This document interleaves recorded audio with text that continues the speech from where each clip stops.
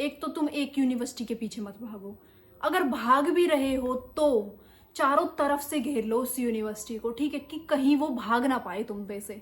सच में hello CET aspirants, तो ये मोस्ट अवेटेड वीडियो है जिसमें मैं तुम्हारे सारे डाउट्स क्लियर करने वाली हूँ, जिसके 750 मार्क्स हैं, 780 मार्क्स हैं, 300 मार्क्स हैं, 200 मार्क्स हैं, या फिर जो बीच में लटका हुआ है कि तुम जिसके 450 या 500 है, वो ज़्यादा ही टेंशन ले रहा है कि मैं साउथ में जाऊंगा, नॉर्थ में जाऊंगा, या फिर तुम्हारी रैंक से रिलेटेड है कि हमारी रैंक क्या आएगी, कौन सा कोर्स चूज़ करें, या फिर अपने कोर्स पे स्टिक रहें कि हाँ बीकॉम ऑनर्स चाहिए तो बीकॉम ऑनर्स ही लेना है। तो ये सभी क्वेरीज मैं इस वीडियो में तुम्हारे क्लियर करने वाली हूँ कि तुम्हें क्या करना है, जो तुमने माइंड सेट बनाया उसको तुम्हें चेंज करना होगा, क्या करना होगा, ये सब भाई इस वीडियो में मेरे साथ बने रहें। बहुत सारी क्वेरीज तुम्हारी इस वीडियो में क्लियर होने वाली हैं, ठीक है। हमारी ड्रीम यूनिवर्सिटी दिल्ली यूनिवर्सिटी बिल्कुल पहुंचा के रहूंगी, ठीक है। तो मेरे साथ बने रहें इस वीडियो में, शेयर सब्सक्राइब भी कर दिया करो। तो पहली बात आती है ये प्रेफरेंस फिलिंग वगैरह कब होगी, फेज 2 कब स्टार्ट होगा। तो देखो दिल्ली का अभी कोई शेड्यूल ऐसा कुछ नहीं आया है, नोटिस वगैरह ऑफिशियली। वैसे के बहुत सारे न्यूज़ चैनल्स वगैरह बोल रहे हैं कि हाँ 1-2 दिन में स्टार्ट होने वाला है। चलो तो जब भी स्टार्ट होगा मैं अपडेट दे दूंगी तुम्हें, ठीक है। पहली तुम्हारी क्वेरी तो ये हो गई क्लियर, ठीक है। नेक्स्ट आती है कि बहुत बच्चों के कमेंट्स में मैं देख रही हूँ कि दीदी ये अपग्रेड और फ्रीज होता है, जैसे कि हमें कोई कॉलेज अलॉट हो गया, अब हमने वो को एक्सेप्ट कर ली, उसके बाद हमें फीस पे करनी पड़ेगी अपग्रेड करने के लिए या नहीं करनी पड़ेगी। हाँ भाई, जब तक तुम फीस पे नहीं करोगे, एक्सेप्ट नहीं करोगे फीस उसकी या फिर अपनी सीट को, जब तक वो सीट तुम्हें अलॉट बिल्कुल भी नहीं होगी। अगर जब तुम उसकी फीस पे कर देते हो, और हाँ भाई मेन इंपॉर्टेंट बात ये है कि सभी अपने पास 20-25,000 अलग से रख लें कि हाँ भाई आगे ये अब तुम्हारे एडमिशन में काम आने वाले हैं पैसे, ठीक है। नहीं तो भाई एकदम से कहाँ से लाओगे, तो 15-20 हज़ार अपने पास रख लो बैंक अकाउंट में कि ये सीयूईटी के लिए हैं, एडमिशन के लिए हैं, ठीक है। तो वो भाई फ्रीज पहले तुम्हें अपग्रेड करने के लिए तुम्हें जो सीट मिली है पहले कोई भी कॉलेज की, वो उसके लिए तुम्हें अपनी फीस पे करनी पड़ेगी, जब ही तुम अपग्रेड कर सकते हो। ऐसे नहीं कि वो तुमने बस एक्सेप्ट कर ली और तुमने फीस नहीं भरी और आगे अपग्रेड, ऐसे अपग्रेड कर ही नहीं सकते, ठीक है। अगर तुम्हें अपग्रेड करना है, कोई कॉलेज अच्छा चाहिए, तो उसके लिए तुम्हें फीस पे करनी पड़ेगी 15 या 20,000 जितनी भी होती है। अब नेक्स्ट बात आती है कि हम प्रेफरेंस लिस्ट कैसे करें, प्रेफरेंस लिस्ट कैसे भरनी है, कैसे हम कोर्स चूज करें, कैसे हम कॉम्बिनेशन बनाए, और कितने, और एक कॉलेज में हम 10 कोर्स ले सकते हैं, 10 कोर्स डाल दें कि हाँ हमें हिंदू कॉलेज चाहिए या फिर मिरांडा चाहिए, तो मिरांडा के लिए हम जितने भी कोर्स के लिए एलिजिबल हैं एक ही डाल सकते हैं या फिर सारे डाल सकते हैं। तो ये सब भी क्वेरी मैं बताने वाली हूँ। हाँ भाई, पहले तो तुम्हें जब सब्जेक्ट मैपिंग करोगे, तुम्हें मैं 10 बार बता चुकी हूँ कि उसमें तुम्हें पता लग जाएगा कि तुम किस कोर्स के लिए एलिजिबल हो, ठीक है। उसके बाद तुम उन्हें लिख लेना उन सारे कोर्सेज को, ठीक है। देन तुम जिस भी कॉलेज के लिए तुम्हें ये है कि ये हमारा ड्रीम कॉलेज है, ये ही हमें चाहिए, तो उसमें जितने कोर्स के लिए तुम एलिजिबल हो इतने सारे कोर्स के कॉम्बिनेशन डाल दो, ठीक है। कोई ना कोई कोर्स तुम्हें मिल जाएगा, ठीक है।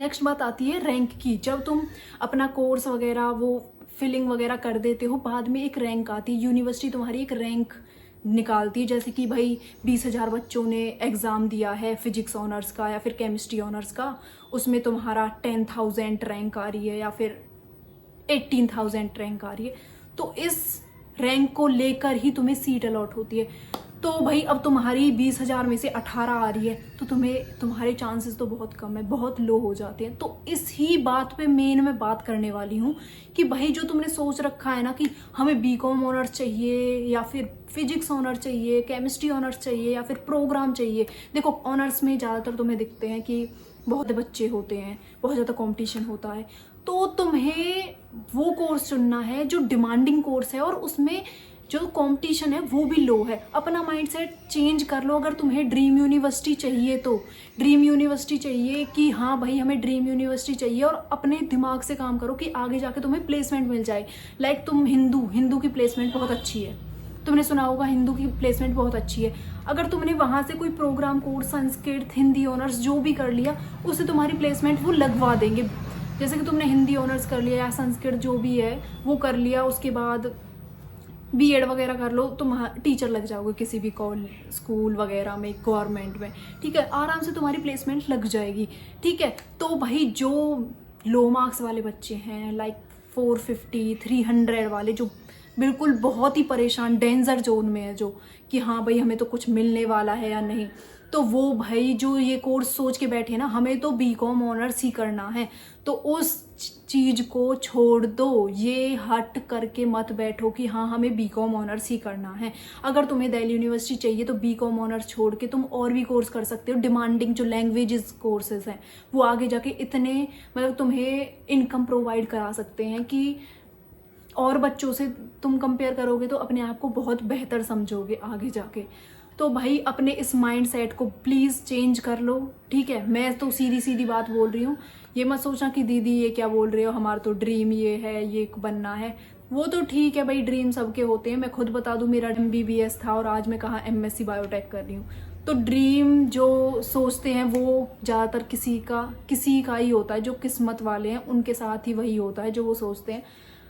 हम लोग मिडिल क्लास वालों के साथ तो शायद किसी के साथ ही होता होगा कि हाँ भाई उसने वो सोचा है तो वही बन गया, ठीक है। तो ये तो कहने सुनने वाली बातें हैं, ठीक है। तो अगर मैं बात करूँ 800, जिनके 800 में से 750 आए हैं, या फिर 800 में से जिनके 650 तक भी आए हैं ना, वो तो भाई सिक्योर हो बिल्कुल। तुम्हें नॉर्थ कैंपस आराम से मिल जाएगा, नॉर्थ साउथ आराम से मिल जाएगा।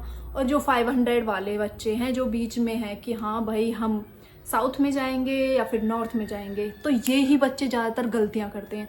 ये सब क्या सोचते हैं कि हमें तो नॉर्थ मिल जाएगा या फिर साउथ तो आराम से मिल जाएगा, तो यही गलती करते हैं कि सारे अपना टॉप कॉलेजेस डाल देते हैं ना, नॉर्थ इवनिंग, ठीक है। तो तुम्हें टॉप कॉलेजेस भी डालने चाहिए, उसी हिसाब से कॉम्बिनेशन बनाने चाहिए, बट क्या करना होता है कि तुम्हें रिसर्च करके कि क्या तुम्हारा मार्क्स बन रहे हैं उस हिसाब से। तो यही सभी बातें हैं कि भाई तुम्हें अपने माइंडसेट को चेंज करना होगा। ये मत करो कि ओवर कॉन्फिडेंस मत रहो कि हाँ भाई, एक तो तुम एक यूनिवर्सिटी के पीछे मत भागो, अगर भाग भी रहे हो तो चारों तरफ से घेर लो उस यूनिवर्सिटी को, ठीक है, कि कहीं वो भाग ना पाए तुम पे से।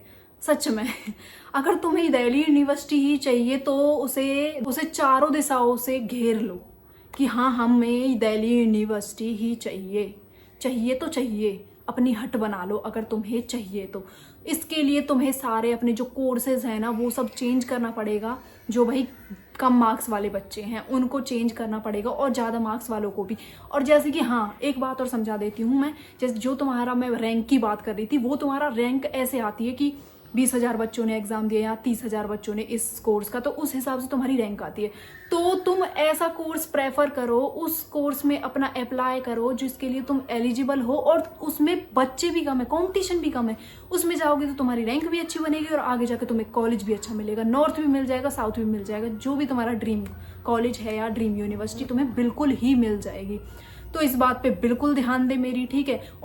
और भी कोई अपडेट रहेगी तो मैं अपने चैनल पे देती रहूंगी, तो लाइक शेयर कमेंट जरूर कर दें। ऑल दी बेस्ट, मेरे साथ बने रहो और सभी क्वेरीज के आंसर करूंगी। कमेंट्स भी कर दिया करो और लाइक भी कर दिया करो जिससे मुझे मोटिवेशन मिले, ठीक है। Okay bye.